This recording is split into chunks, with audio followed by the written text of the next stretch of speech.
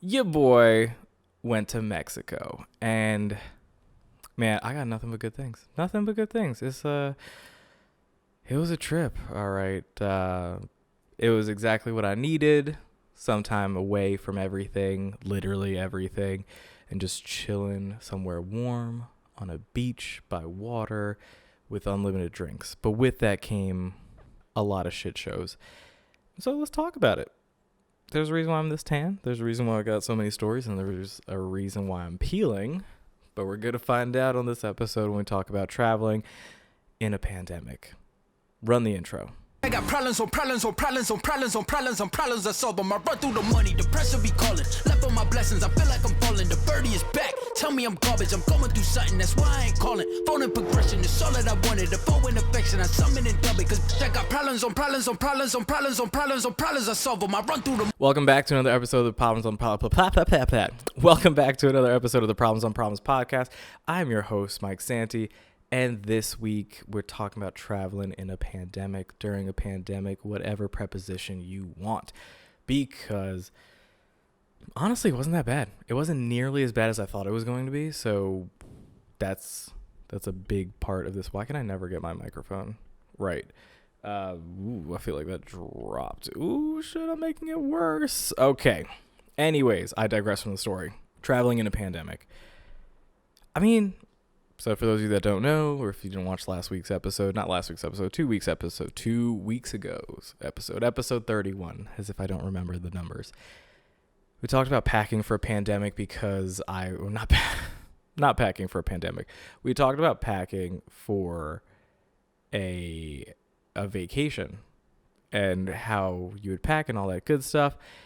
And so all that came to, I guess, all that was for planning for Mexico, going to Mexico. And I will say leaving, probably super easy. If you can get away with getting flights like that are off peak times, like, you know, that Tuesday through Thursday kind of gap, go for it. It was pretty easy. I mean, honestly, especially with traveling with just like a carry-on bag, like your carry-on bag and your personal item, aka a backpack and a little rolly suitcase.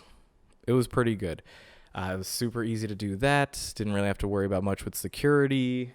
I feel like this just keeps falling.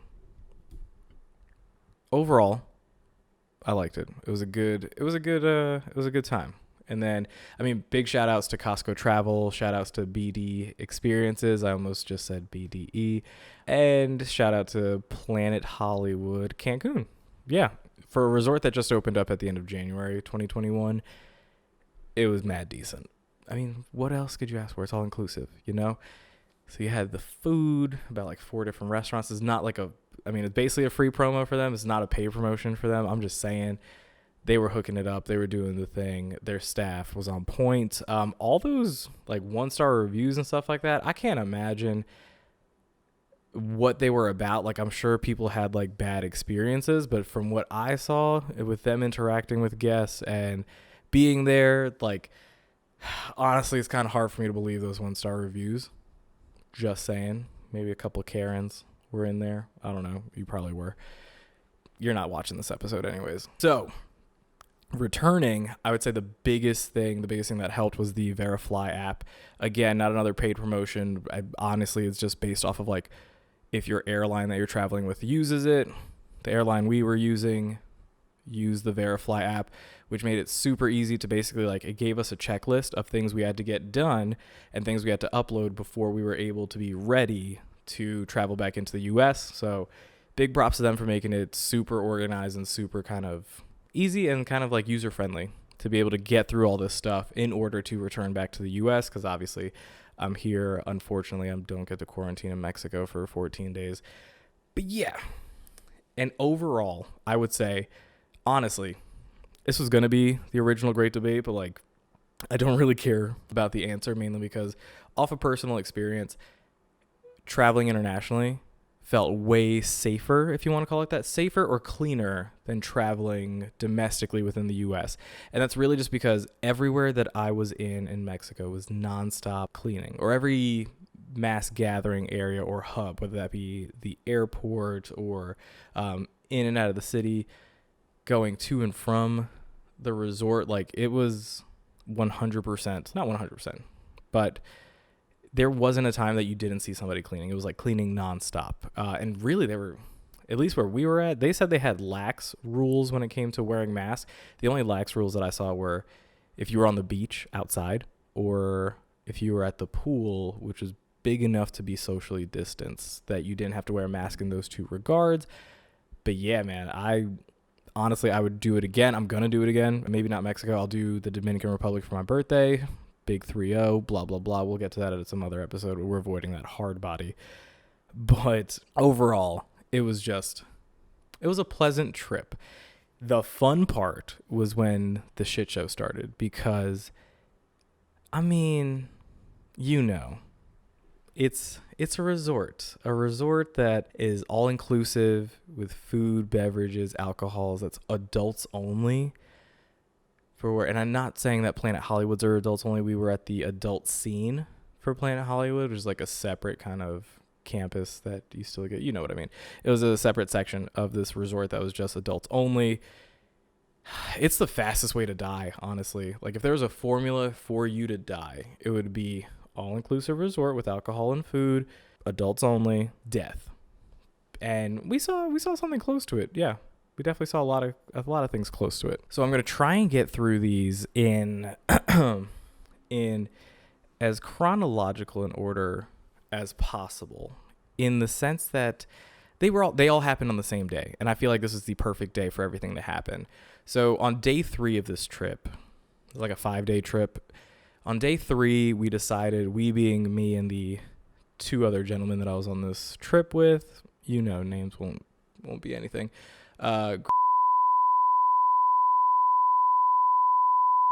You know the deal. Those guys from that story.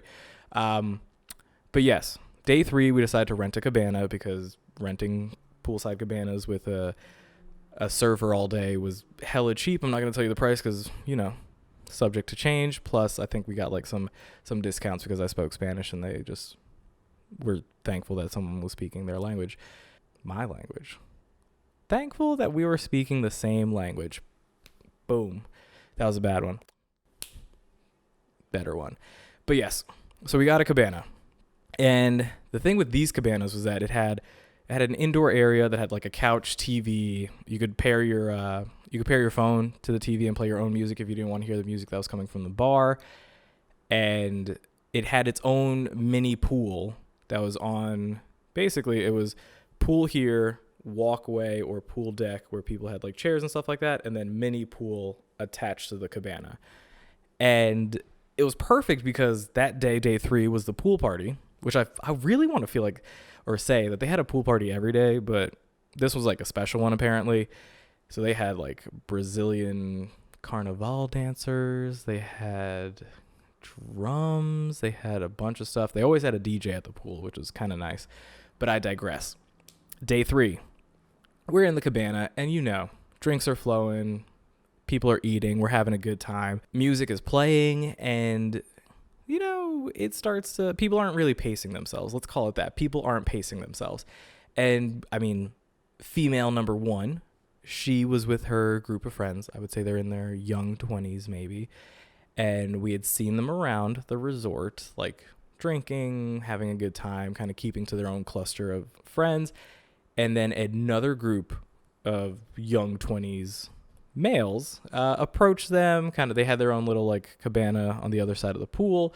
And so they invited those girls to the cabana. So half of those girls went. But what happened was that the other half, or really 2 of the girls, really one girl was taking care of this very drunk girl who, when I say drunk, like, you know that stumbling kind of feeling or stumbling scene where someone's like very back and forth kind of walky. It was that.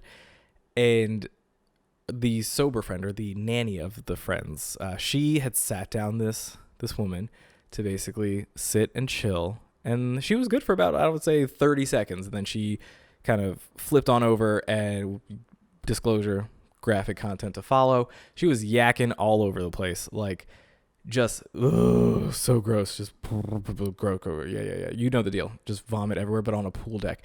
And her friend, instead of getting somebody, was covering it in towels. And I was like, yo, y'all are not doing well right now. Like, y'all should probably just wrap it up, go back to the room. But they didn't. Instead, the one friend stayed with her drunk friend, which props to you. You're a kind soul. You probably should have just gotten medical attention. You weren't going to get in trouble. Just get medical attention.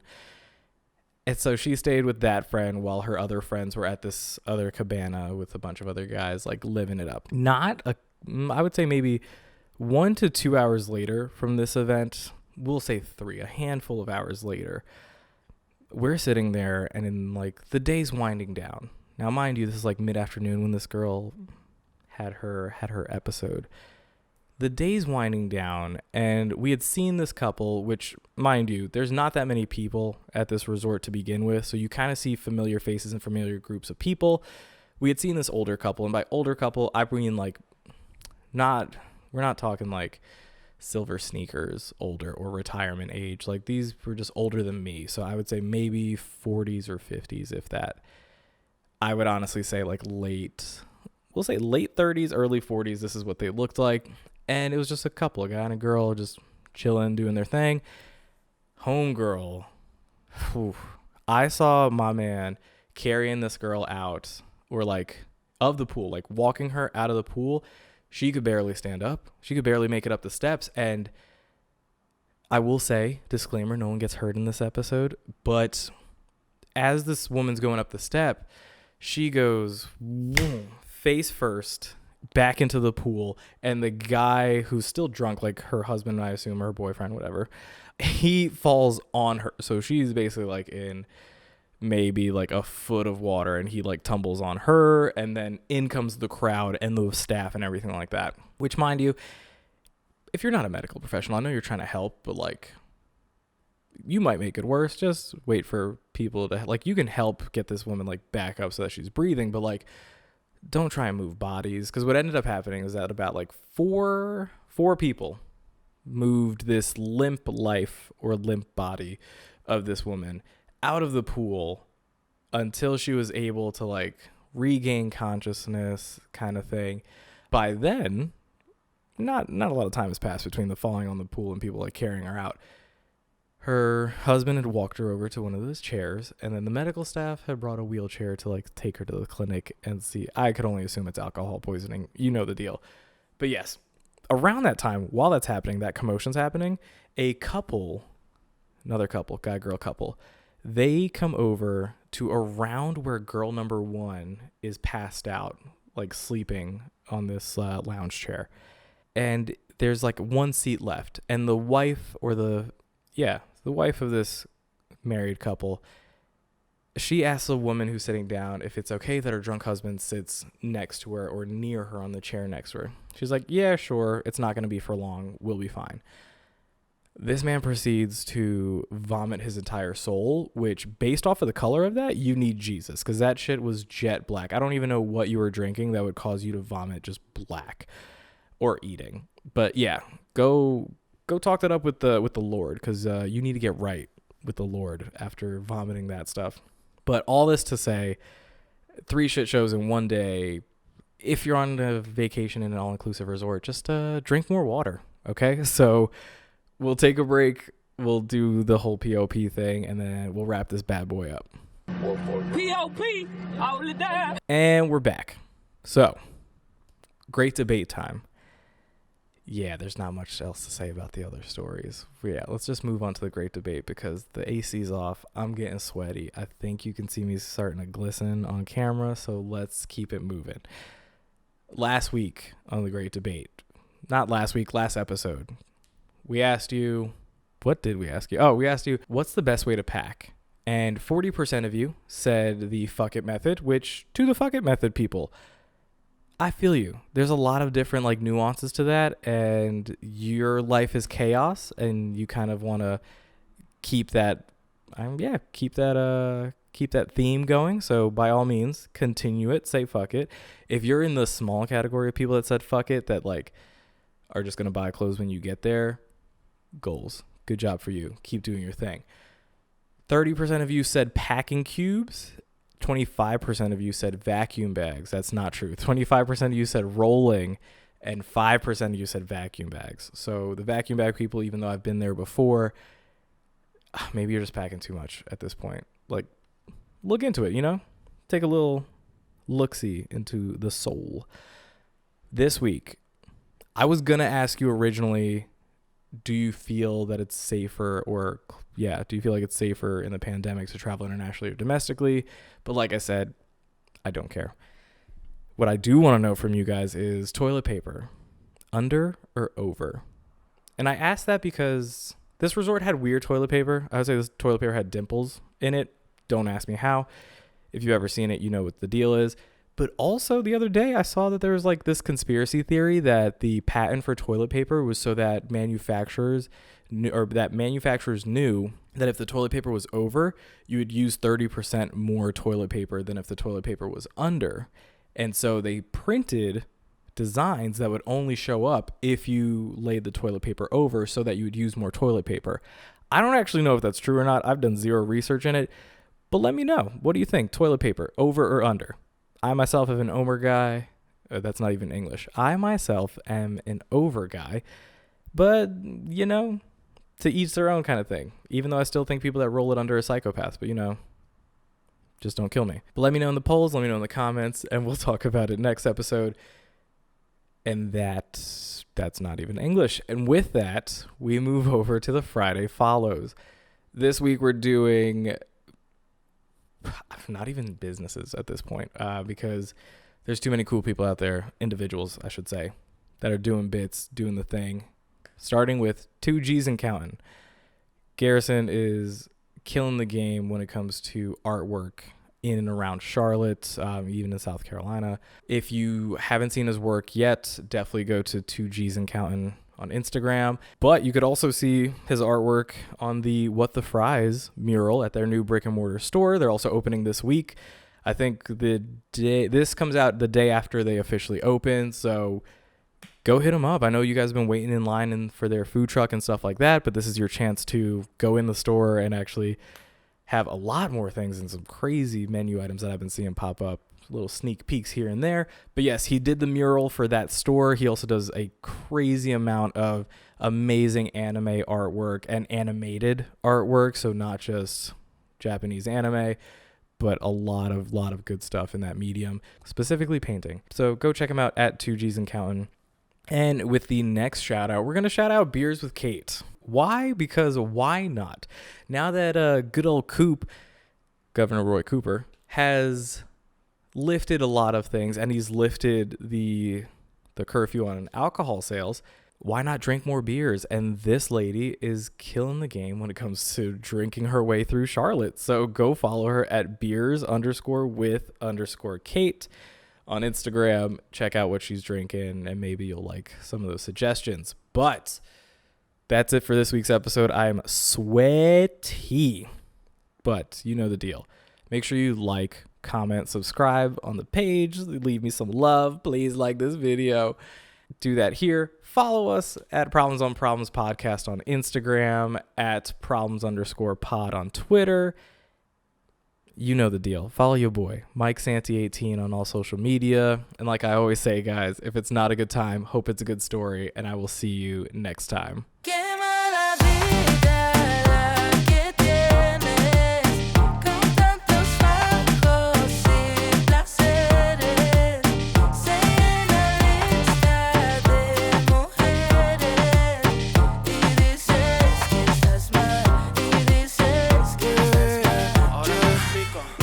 Yo quiero tan poco pa' joder. En la vida un ganador si sabe perder. Lo que nunca tuve de chico quiero tener. Y ahora que lo tengo todo se siente bien víctima.